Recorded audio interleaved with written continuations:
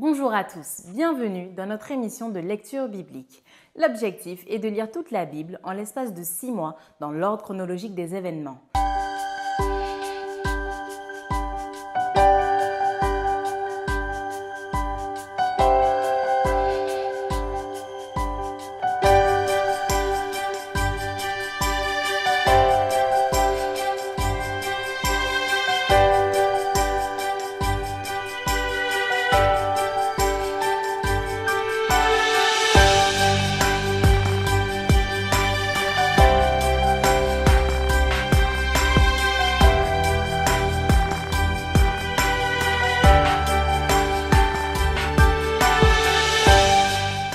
Cette émission vous est proposée par l'Église adventiste du 7e jour d'Évry.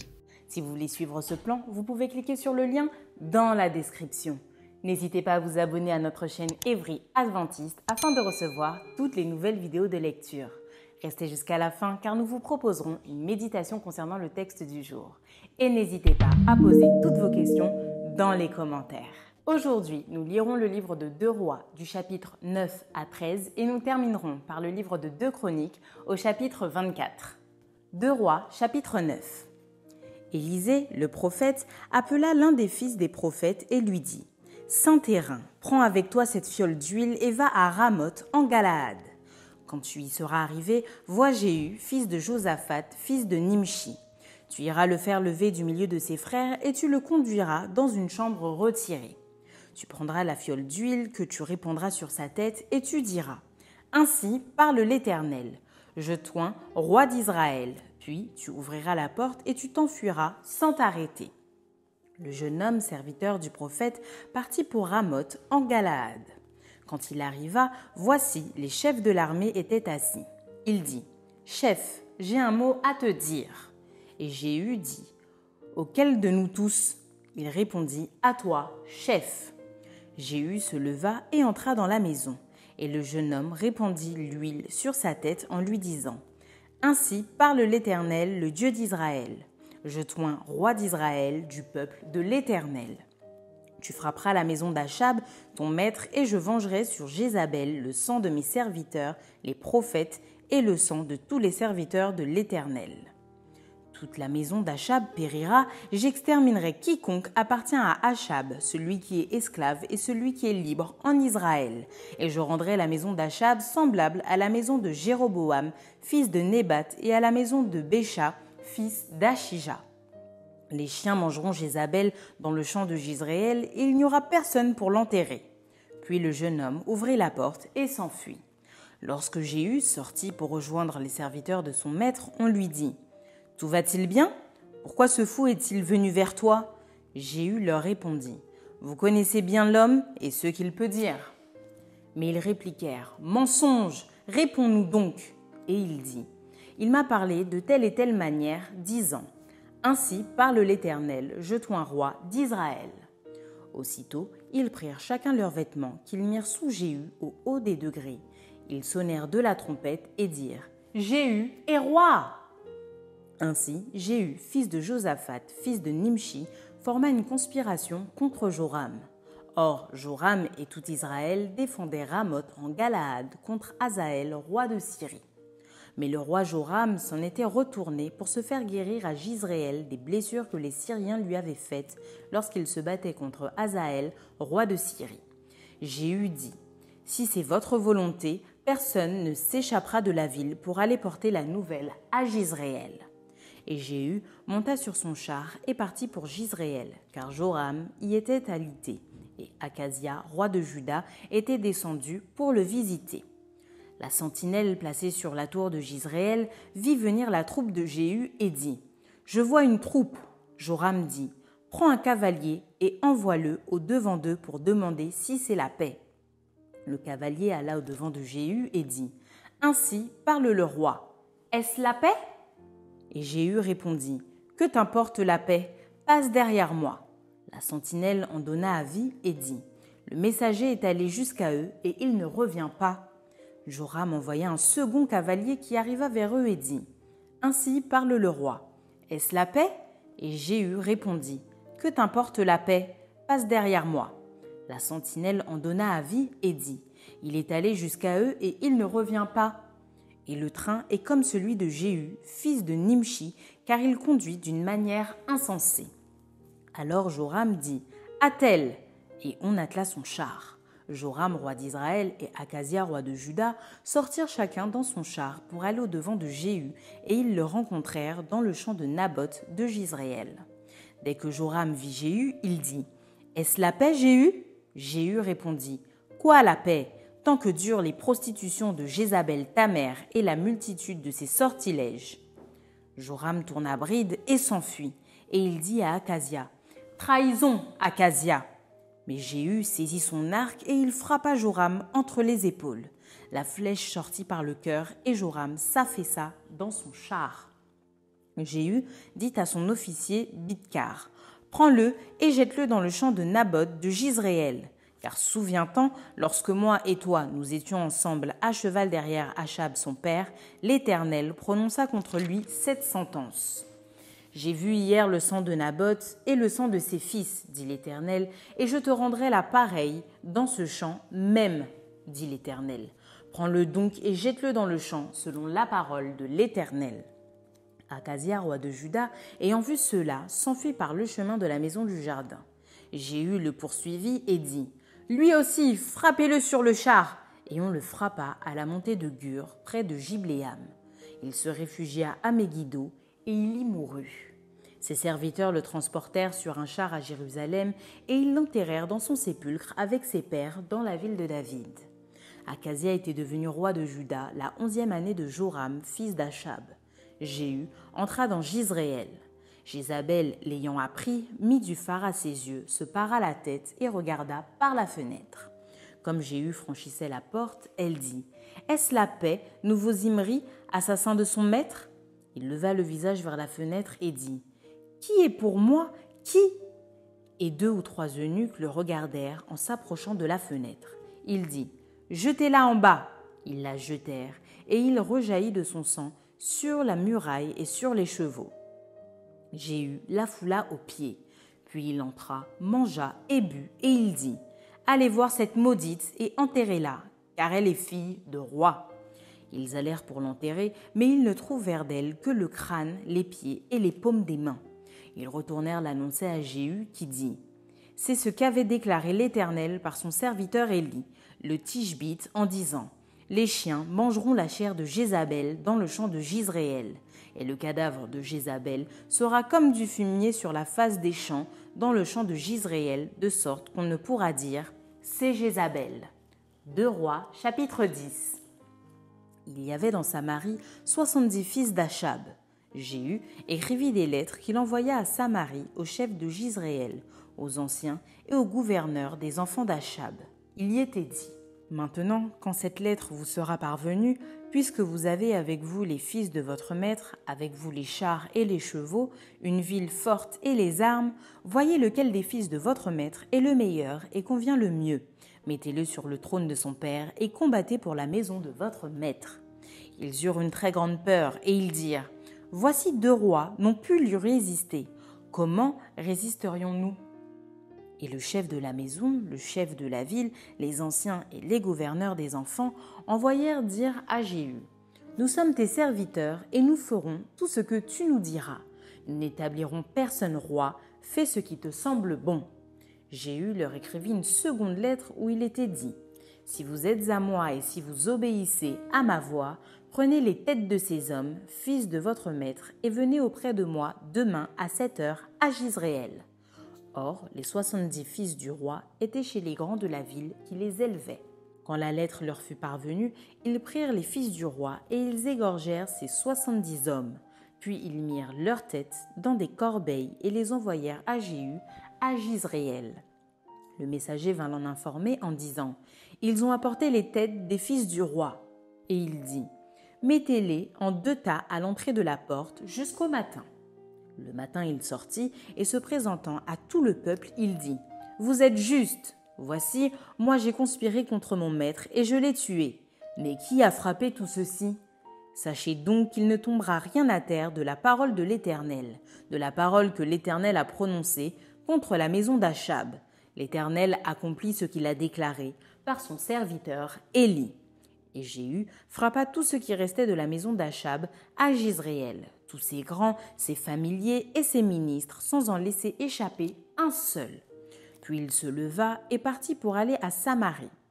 Arrivé à une maison de réunion des bergers sur le chemin, Jéhu trouva les frères d'Akazia, roi de Juda, et il dit « Qui êtes-vous » Ils répondirent « Nous sommes les frères d'Akazia et nous descendons pour saluer les fils du roi et les fils de la reine. » Jéhu dit « Saisissez-les vivants. » Et ils les saisirent vivants et les égorgèrent au nombre de 42 à la citerne de la maison de réunion. Jéhu n'en laissa échapper aucun. Étant parti de là, il rencontra Jonadab, fils de Récab, qui venait au-devant de lui. Il le salua et lui dit « Ton cœur est-il sincère comme mon cœur l'est envers le tien ?» Et Jonadab répondit « Il l'est. »« S'il l'est, répliqua Jéhu, donne-moi ta main. » Jonadab lui donna la main. Et Jéhu le fit monter auprès de lui dans son char et dit « Viens avec moi et tu verras mon zèle pour l'Éternel. » Il l'emmena ainsi dans son char. Lorsque Jéhu fut arrivé à Samarie, il frappa tous ceux qui restaient d'Achab à Samarie, et il les détruisit entièrement, selon la parole que l'Éternel avait dite à Élie. Puis il assembla tout le peuple et leur dit « Achab a peu servi Baal, Jéhu le servira beaucoup. Maintenant, convoquez auprès de moi tous les prophètes de Baal, tous ses serviteurs et tous ses prêtres, sans qu'il en manque un seul, car je veux offrir un grand sacrifice à Baal. Quiconque manquera ne vivra pas. » Jéhu agissait avec ruse pour faire périr les serviteurs de Baal. Il dit « Publiez une fête en l'honneur de Baal », et ils la publièrent. Il envoya des messagers dans tout Israël, et tous les serviteurs de Baal arrivèrent. Il n'y en eut pas un qui ne vint. Ils entrèrent dans la maison de Baal, et la maison de Baal fut remplie d'un bout à l'autre. Jéhu dit à celui qui avait la garde du vestiaire « Sors des vêtements pour tous les serviteurs de Baal. » Et cet homme sortit des vêtements pour eux. Alors Jéhu vint à la maison de Baal avec Jonadab, fils de Récab, et il dit aux serviteurs de Baal « Cherchez et regardez, afin qu'il n'y ait pas ici des serviteurs de l'Éternel, mais qu'il y ait seulement des serviteurs de Baal. » Et ils entrèrent pour offrir des sacrifices et des holocaustes.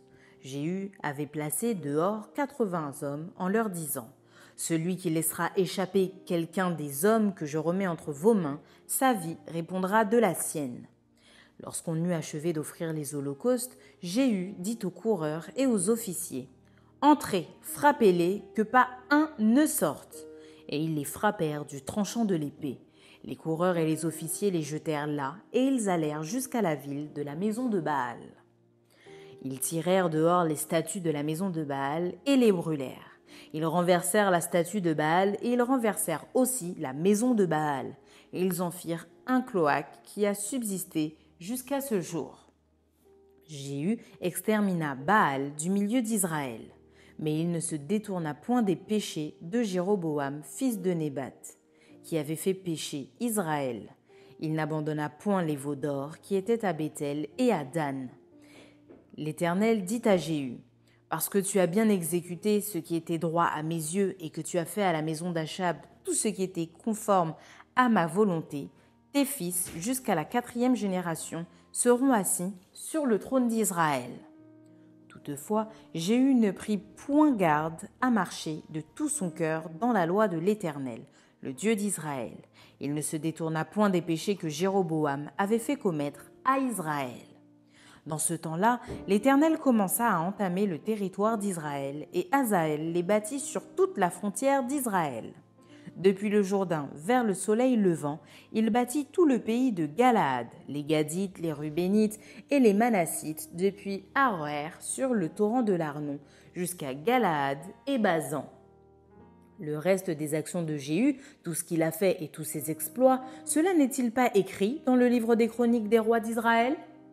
Jéhu se coucha avec ses pères et on l'enterra à Samarie, et Joachaz, son fils, régna à sa place.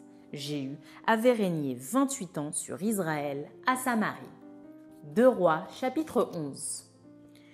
Athalie, mère d'Akazia, voyant que son fils était mort, se leva et fit périr toute la race royale. Mais Josheba, fille du roi Joram, sœur d'Akazia, prit Joas, fils d'Akazia, et l'enleva du milieu des fils du roi quand on les fit mourir. Elle le mit avec sa nourrice dans la chambre d'Élie. Il fut ainsi dérobé au regard d'Athalie et ne fut point mis à mort. Il resta 6 ans caché avec Josheba dans la maison de l'Éternel, et c'était Athalie qui régnait dans le pays. La 7e année, Jéhojada envoya chercher les chefs de centaines des Kérétiens et des coureurs, et il les fit venir auprès de lui dans la maison de l'Éternel. Il traita alliance avec eux et les fit jurer dans la maison de l'Éternel, et il leur montra le fils du roi. Puis il leur donna ses ordres en disant : « Voici ce que vous ferez. Parmi ceux de vous qui entrent en service le jour du sabbat, un tiers doit monter la garde à la maison du roi, un tiers à la porte de Sûr et un tiers à la porte derrière les coureurs. Vous veillerez à la garde de la maison de manière à en empêcher l'entrée. Vos 2 autres divisions, tous ceux qui sortent de service le jour du sabbat, feront la garde de la maison de l'Éternel auprès du roi. Vous entourerez le roi de toutes parts, chacun les armes à la main, et l'on donnera la mort à quiconque s'avancera dans les rangs. Vous serez près du roi quand il sortira et quand il entrera. » Les chefs de centaines exécutèrent tous les ordres qu'avait donnés le sacrificateur Jéhojada. Ils prirent chacun leurs gens, ceux qui entraient en service et ceux qui sortaient de service le jour du sabbat, et ils se rendirent vers le sacrificateur Jéhojada. Le sacrificateur remit aux chefs de centaines les lances et les boucliers qui provenaient du roi David et qui se trouvaient dans la maison de l'Éternel.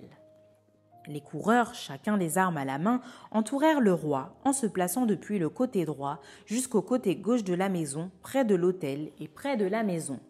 Le sacrificateur fit avancer le fils du roi et il mit sur lui le diadème et le témoignage. Ils l'établirent roi et loignirent et frappant des mains, ils dirent : « Vive le roi !» Athalie entendit le bruit des coureurs et du peuple, et elle vint vers le peuple à la maison de l'Éternel. Elle regarda, et voici le roi se tenait sur l'estrade selon l'usage. Les chefs et les trompettes étaient près du roi. Tout le peuple du pays était dans la joie et l'on sonnait des trompettes. Athalie déchira ses vêtements et cria : « Conspiration ! Conspiration !» Alors le sacrificateur Jéhojada donna cet ordre aux chefs de centaines, qui étaient à la tête de l'armée. « Faites-la sortir en dehors des rangs et tuez par l'épée quiconque la suivra. » Car le sacrificateur avait dit qu'elle ne soit pas mise à mort dans la maison de l'Éternel. On lui fit place et elle se rendit à la maison du roi par le chemin de l'entrée des chevaux. C'est là qu'elle fut tuée. Jéhojada traita entre l'Éternel, le roi et le peuple l'alliance par laquelle il devait être le peuple de l'Éternel. Il établit aussi l'alliance entre le roi et le peuple. Tout le peuple du pays entra dans la maison de Baal et ils la démolirent. Ils brisèrent entièrement ses autels et ses images, et ils tuèrent devant les autels Mathan, prêtre de Baal.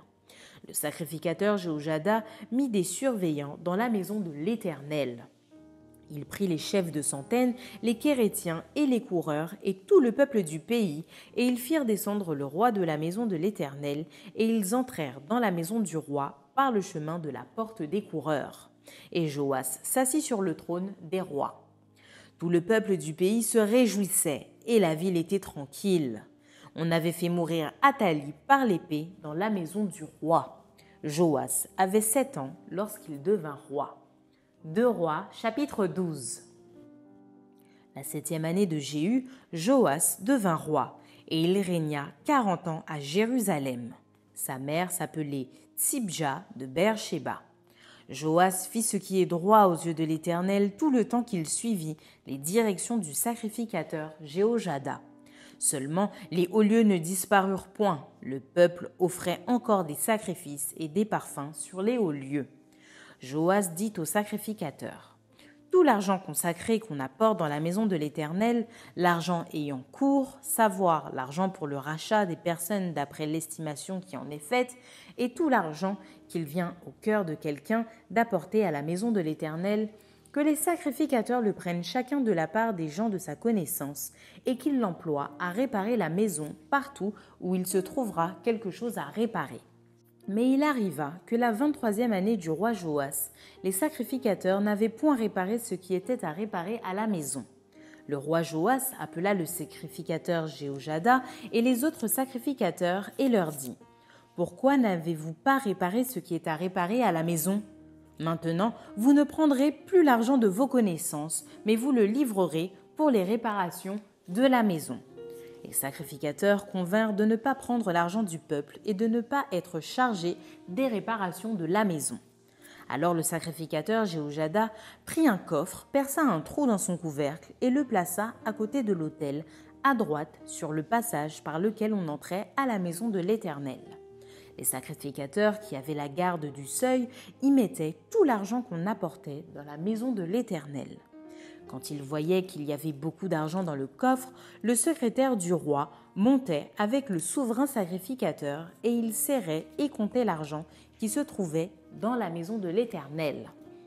Il remettait l'argent pesé entre les mains de ceux qui étaient chargés de faire exécuter l'ouvrage dans la maison de l'Éternel. Et l'on employait cet argent pour les charpentiers et pour les ouvriers qui travaillaient à la maison de l'Éternel, pour les maçons et les tailleurs de pierre, pour les achats de bois et de pierre de taille nécessaires aux réparations de la maison de l'Éternel et pour toutes les dépenses concernant les réparations de la maison.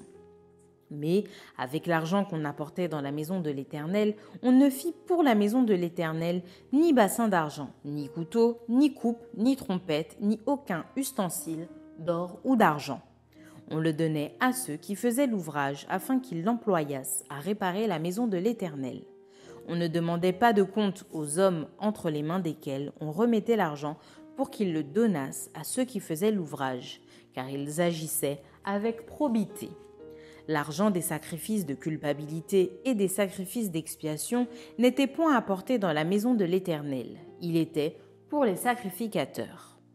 Alors Hazaël, roi de Syrie, monta et se battit contre Gath, dont il s'empara. Hazaël avait l'intention de monter contre Jérusalem. Joas, roi de Juda, prit toutes les choses consacrées, ce qui avait été consacré par Josaphat, par Joram et par Acasia, ses pères, rois de Juda, ce qu'il avait consacré lui-même et tout l'or qui se trouvait dans les trésors de la maison de l'Éternel et de la maison du roi, et il envoya le tout à Hazaël, roi de Syrie, qui ne monta pas contre Jérusalem. Le reste des actions de Joas et tout ce qu'il a fait, cela n'est-il pas écrit dans le livre des chroniques des rois de Juda ? Ses serviteurs se soulevèrent et formèrent une conspiration. Ils frappèrent Joas dans la maison de Milo, qui est à la descente de Silla. Josacar, fils de Chiméat, et Josabad, fils de Shomer, ses serviteurs, le frappèrent et il mourut. On l'enterra avec ses pères dans la ville de David. Et Amathia, son fils, régna à sa place. 2 Rois, chapitre 13. La 23e année de Joas, fils d'Acasia, roi de Juda, Joachaz, fils de Jéhu, régna sur Israël à Samarie. Il régna 17 ans. Il fit ce qui est mal aux yeux de l'Éternel, il commit les mêmes péchés que Jéroboam, fils de Nébat, qui avait fait pécher Israël, et il ne s'en détourna point. La colère de l'Éternel s'enflamma contre Israël, et il les livra entre les mains de Hazaël, roi de Syrie, et entre les mains de Ben-Hadad, fils de Hazaël, tout le temps que ces rois vécurent. Joachaz implora l'Éternel. L'Éternel l'exauça, car il vit l'oppression sous laquelle le roi de Syrie tenait Israël, et l'Éternel donna un libérateur à Israël. Les enfants d'Israël échappèrent aux mains de Syriens, et ils habitèrent dans leurs tentes comme auparavant. Mais ils ne se détournèrent point des péchés de la maison de Jéroboam, qui avait fait pécher Israël. Ils s'y livrèrent aussi, et même l'idole d'Astarté était debout à Samarie. De tout le peuple de Joachaz, l'Éternel ne lui avait laissé que 50 cavaliers, 10 chars et 10 000 hommes de pied, car le roi de Syrie les avait fait périr et les avait rendus semblables à la poussière qu'on foule aux pieds. Le reste des actions de Joachaz, tout ce qu'il a fait et ses exploits, cela n'est-il pas écrit dans le livre des chroniques des rois d'Israël ? Joachaz se coucha avec ses pères et on l'enterra à Samarie, et Joas, son fils, régna à sa place.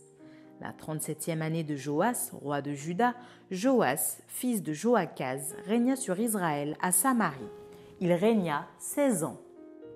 Il fit ce qui est mal aux yeux de l'Éternel, il ne se détourna d'aucun des péchés de Jéroboam, fils de Nébat, qui avait fait pécher Israël, et il s'y livra comme lui.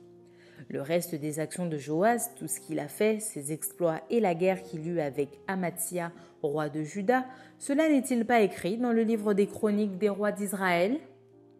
Joas se coucha avec ses pères, et Jéroboam s'assit sur son trône. Joas fut enterré à Samarie avec les rois d'Israël.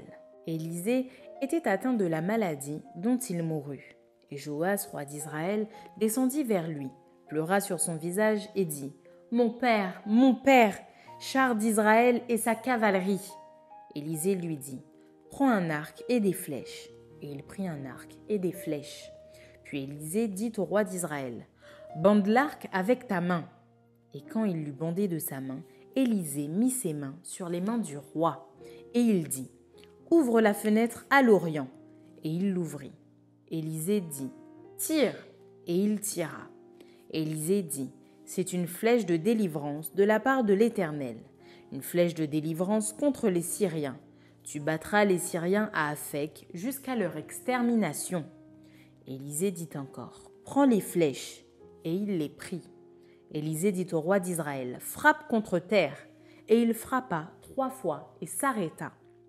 L'homme de Dieu s'irrita contre lui et dit « Il fallait frapper 5 ou 6 fois. Alors tu aurais battu les Syriens jusqu'à leur extermination. Maintenant tu les battras 3 fois. » Élisée mourut et on l'enterra. L'année suivante, des troupes de Moabites pénétrèrent dans le pays. Et comme on enterrait un homme, voici, on aperçut une de ces troupes, et l'on jeta l'homme dans le sépulcre d'Élisée. L'homme alla toucher les os d'Élisée, et il reprit vie et se leva sur ses pieds. Hazaël, roi de Syrie, avait opprimé Israël pendant toute la vie de Joachaz. Mais l'Éternel leur fit miséricorde et eut compassion d'eux. Il tourna sa face vers eux à cause de son alliance avec Abraham, Isaac et Jacob. Il ne voulut pas les détruire et jusqu'à présent, il ne les a pas rejetés de sa face. Hazaël, roi de Syrie, mourut et Ben-Hadad, son fils, régna à sa place. Joas, fils de Joachaz, reprit des mains de Ben-Hadad, fils de Hazaël, les villes enlevées par Hazaël et à Joachaz, son père, pendant la guerre. Joas le bâtit 3 fois et il recouvra les villes d'Israël. 2 Chroniques, chapitre 24. Joas avait 7 ans lorsqu'il devint roi et il régna 40 ans à Jérusalem. Sa mère s'appelait Tibja de Beer-Shéba. Joas fit ce qui est droit aux yeux de l'Éternel pendant toute la vie du sacrificateur Jéhojada. Jéhojada prit pour Joas 2 femmes, et Joas engendra des fils et des filles. Après cela, Joas eut la pensée de réparer la maison de l'Éternel. Il assembla les sacrificateurs et les Lévites et leur dit « Allez par les villes de Juda et vous recueillerez dans tout Israël de l'argent chaque année pour réparer la maison de votre Dieu. Et mettez à cette affaire de l'empressement. » Mais les Lévites ne se hâtèrent point. Le roi appela Jéhojada, le souverain sacrificateur, et lui dit « Pourquoi n'as-tu pas veillé à ce que les Lévites apportassent de Juda et de Jérusalem l'impôt ordonné par Moïse, serviteur de l'Éternel, et mis sur l'assemblée d'Israël pour l'attente du témoignage ? Car l'impie Athalie et ses fils ont ravagé la maison de Dieu et fait servir pour les Baals toutes les choses consacrées à la maison de l'Éternel. » Alors le roi ordonna qu'on fît un coffre et qu'on le plaça à la porte de la maison de l'Éternel en dehors. Et l'on publia dans Juda et dans Jérusalem qu'on apporta à l'Éternel l'impôt mis par Moïse, serviteur de l'Éternel, sur Israël dans le désert. Tous les chefs et tout le peuple s'en réjouirent et l'on apporta et jeta dans le coffre tout ce qu'on avait à payer. Quand c'était le moment où les Lévites, voyant qu'il y avait beaucoup d'argent dans le coffre, devaient le livrer aux inspecteurs royaux, le secrétaire du roi et le commissaire du souverain sacrificateur venaient vider le coffre. Ils le prenaient et le remettaient à sa place. Ils faisaient ainsi journellement et ils recueillirent de l'argent en abondance. Le roi et Jéhojada le donnaient à ceux qui étaient chargés de faire exécuter l'ouvrage dans la maison de l'Éternel et qui prenaient un gage des tailleurs de pierre et des charpentiers pour réparer la maison de l'Éternel et aussi des ouvriers en fer ou en airain pour réparer la maison de l'Éternel. Ceux qui étaient chargés de l'ouvrage travaillèrent et les réparations s'exécutèrent par leurs soins. Ils remirent en état la maison de Dieu et la consolidèrent. Lorsqu'ils eurent achevé, ils apportèrent devant le roi et devant Jéhojada le reste de l'argent. Il en fit des ustensiles pour la maison de l'Éternel, des ustensiles pour le service et pour les holocaustes, des coupes et des autres ustensiles d'or et d'argent. Et pendant toute la vie de Jéhojada, on offrit continuellement des holocaustes dans la maison de l'Éternel. Jéhojada mourut, âgé et rassasié de jours. Il avait à sa mort 130 ans. On l'enterra dans la ville de David avec les rois parce qu'il avait fait du bien en Israël, et à l'égard de Dieu et à l'égard de sa maison. Après la mort de Jéhojada, les chefs de Juda vinrent se prosterner devant le roi. Alors le roi les écouta. Et ils abandonnèrent la maison de l'Éternel, le Dieu de leur père, et ils servirent les Astartés et les idoles. La colère de l'Éternel fut sur Juda et sur Jérusalem parce qu'ils s'étaient ainsi rendus coupables. L'Éternel envoya parmi eux des prophètes pour les ramener à lui, mais ils n'écoutèrent point les avertissements qu'ils en reçurent. Zacharie, fils du sacrificateur Jéhojada, fut revêtu de l'Esprit de Dieu. Il se présenta devant le peuple et lui dit : « Ainsi parle Dieu. Pourquoi transgressez-vous les commandements de l'Éternel ? Vous ne prospérerez point, car vous avez abandonné l'Éternel et il vous abandonnera. » Et ils conspirèrent contre lui et le lapidèrent par ordre du roi dans le parvis de la maison de l'Éternel. Le roi Joas ne se souvint pas de la bienveillance qu'avait eue pour lui Jéhojada, père de Zacharie, et il fit périr son fils. Zacharie dit en mourant : « Que l'Éternel voie et qu'il fasse justice. » Quand l'année fut révolue, l'armée des Syriens monta contre Joas et vint en Juda et à Jérusalem. Ils tuèrent parmi le peuple tous les chefs du peuple et ils envoyèrent au roi de Damas tout leur butin. L'armée des Syriens arriva avec un petit nombre d'hommes et cependant l'Éternel livra entre leurs mains une armée très considérable parce qu'ils avaient abandonné l'Éternel, le Dieu de leur père. Et les Syriens firent justice de Joas. Lorsqu'ils se furent éloignés de lui, après l'avoir laissé dans de grandes souffrances, ses serviteurs conspirèrent contre lui à cause du sang des fils du sacrificateur Jéhojada. Ils le tuèrent sur son lit et il mourut. On l'enterra dans la ville de David, mais on ne l'enterra pas dans les sépulcres des rois. Voici ceux qui conspirèrent contre lui : Zabad, fils de Shiméath, femme ammonite, et Josabad, fils de Shimrith, femme moabite. Pour ce qui concerne ses fils, le grand nombre de prophéties dont il fut l'objet et les réparations faites à la maison de Dieu, cela est écrit dans les mémoires sur le livre des rois. Amathia, son fils, régna à sa place. Place à la méditation.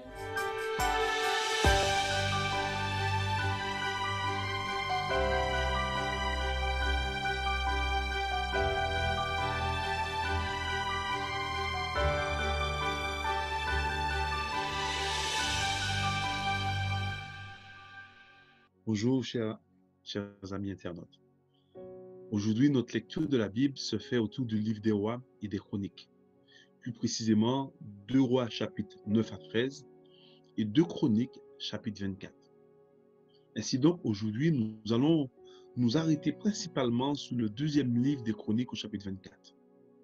Donc ici, dans ce chapitre, nous voyons qu'après la accession de Joas au trône de Juda, à l'âge de 7 ans, il fut, je dirais, immédiatement sous l'influence du sacrificateur Jéhoïada. Cet homme, ce sacrificateur, aimait Dieu et craignait Dieu. D'ailleurs, le texte dit de lui après sa mort qu'il mourut et rassasié de jours. Il avait à sa mort 130 ans et qu'il avait fait du bien en Israël et à l'égard de Dieu et de sa maison. Ainsi, le roi Joas fut sous l'influence bienfaisante du sacrificateur Jéhoïada. Et en étant sous cette influence, il fit de grandes et heureuses réformes pour son royaume. Sachez, chers amis, que Cette histoire à propos de ce jeune roi sous le trône, étant sous l'influence de sacrificateur, d'un homme de Dieu, montre à quel point qu'il est important que les adultes, mais surtout pour les hommes qui occupent des fonctions, je dirais, importantes dans l'œuvre de Dieu, de montrer l'exemple et d'inculquer aux jeunes l'amour pour Dieu et pour l'œuvre de Dieu.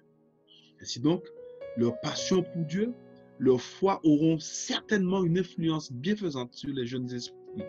Et ces derniers pourront ainsi grandir dans la crainte de Dieu, mais auront également une passion débordante et du zèle pour le Seigneur. Ce fut le cas de ce jeune roi Joas. Pendant toute la vie de l'homme de Dieu, pendant toute la vie du sacrificateur Joada, eh bien, il va faire ce qui est bien aux yeux de l'Éternel. Il va, malgré son jeune âge, même entreprendre la restauration de la maison de l'Éternel. Et dans son zèle pour le Seigneur, il va jusqu'à réussir à disposer le cœur du peuple afin d'amener leurs offrandes en grand nombre, afin de réparer la maison de l'Éternel. Et ici encore, chers amis, l'exemple du peuple nous rappelle qu'un cœur bien disposé et animé de sentiments généreux va certainement manifester pleinement leur libéralité en apportant leurs dons quand il s'agit de bâtir ou de restaurer la maison de l'Éternel. J'aimerais vous rappeler que tous ceux et celles qui aiment et qui apprécient les bienfaits et les bénédictions du culte public feront constamment preuve d'un esprit de sacrifice. Cependant, pour revenir au chapitre 24 du livre des Chroniques, le texte nous révèle qu'après la mort du sacrificateur Jéhoada, le roi Joas, sous l'influence d'hommes inconvertis et idolâtres, va se détourner de Dieu. Il va perdre de vue tout ce qu'il avait vu et appris du sacrificateur Jéhoada, à tel point qu'il va abandonner l'adoration du vrai Dieu pour le culte diabolique des idoles. Là encore, chers amis, le texte biblique met en évidence un point important, c'est-à-dire l'influence des relations. En effet, il appartient aux enfants de Dieu d'être extrêmement vigilants quant à leurs relations les uns avec les autres. La Bible dit ceci: « Dis-moi où est ton cœur, je dirai où est ton trésor. » Si, cher ami, nous passons notre temps en compagnie de personnes qui ne respectent pas Dieu, si nous passons notre temps en compagnie de personnes qui blasphèment sans cesse le nom de Dieu, si nous nous associons même avec des personnes qui sont idolâtres, irreligieux, alors tôt ou tard, nous finirons par imiter ces personnes. Mais le cas contraire est aussi vrai. Si nous apprécions la compagnie d'hommes et de femmes craignant Dieu, aimant Dieu, alors nous serons résolument attirés par les choses célestes, ce qui fera naître en nous de la passion pour Dieu, et animés d'une foi immense et remplis de son amour, nous deviendrons des témoins puissants et efficaces pour la cause de Dieu dans ce monde. Amen. Merci d'avoir participé à cette lecture avec nous. Je vous donne rendez-vous demain, si Dieu veut, pour un nouvel épisode.